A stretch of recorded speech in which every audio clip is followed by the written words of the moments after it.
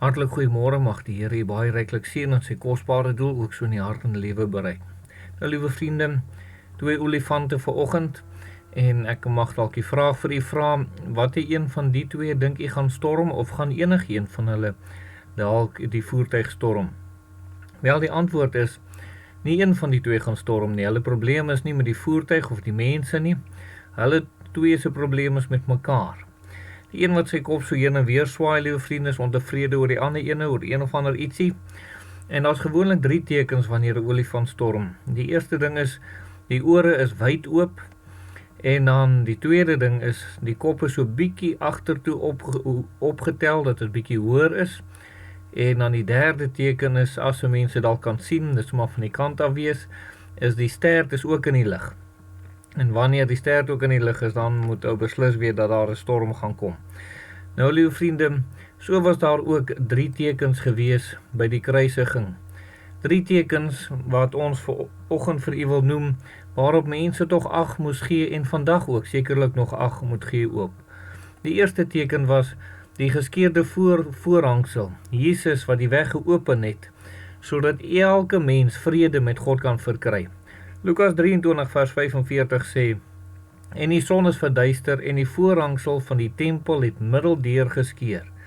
Nou die woord sê op 'n ander plek van bo na onder, wat baie duidelik wys dat dit net God is wat dit kon gedoen het. En dit het gesê dat ons dan met vrymoedigheid in die heiligdom kan inbeweeg op grond van die versoeningswerk van die Here Jesus. En daarom kan u na die Here toe kom, daarom kan u vandag enige saak na die Here toe bring. U kan daar in die teenwoordigheid van God kom, onder die bloed van die Here Jesus. Dis nie dat ons sal dood neerval nie, dis die wonderlikheid. Ons kan nog steeds weet dat God heilig is, maar u kan na die Here toe kom. Al is jy hoe vol sonde, al is jy sonde soos skarlaken, kan jy nog steeds na die Here toe kom vandag. Al is daar wat se nood en behoefte, u kan nog steeds na die Here toe kom. Waarom? Want die weg is vir ons geopen. Die tweede teken wat daar was, is die teken van aan die skepping, die aardbewing en die duisternis wat daar was. Daar in Matteus 27 vers 51 staan daar en kyk, die voorhangsel van die tempel het in 2 geskeur van bo tot onder, en die aarde het gebewe en die rotse het geskeur. Vers 45 sê, en van die 6de uur af het daar duisternis gekom oor die hele aarde tot die 9de uur toe. Nou liewe vriende, 'n geweldige saak wat hier gebeur het. Die aardbewing natuurlik, die rotse wat geskeur het, die duisternis. Al die dinge moes mense aangeraak het. Ek kan maar net vandag dink hoe mense vandag praat as daar 'n aardbewing was. Nie lank terug nie was daar in Kaapstad 'n aardbewing en die mense daaroor gepraat oor alles wat gebeur het.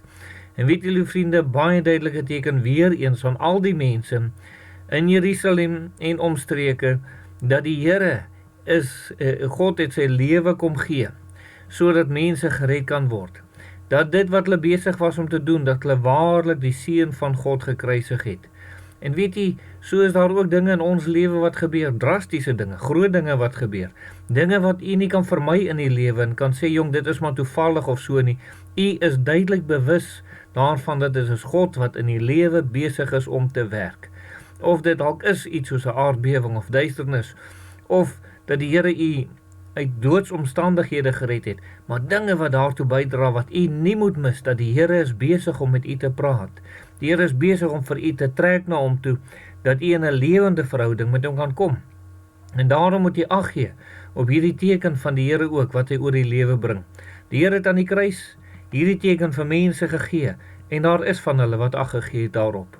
Dan die laaste teken, liewe vriende, is die grafte was geopen.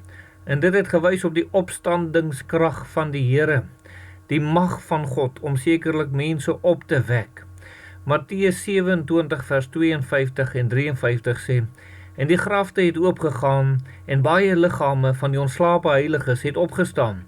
En na die opstanding het hulle uit die grafte uitgegaan en in die heilige stad ingekom en aan baie mense verskyn. Nou liewe vriende, kan u dink dat hierdie ontslape heiliges wat opgestaan het, hulle wat verskyn het aan die mense wat daar was, wat 'n duidelike teken dit tog nie moes wees. So iets het tog nie van tevore gebeur nie.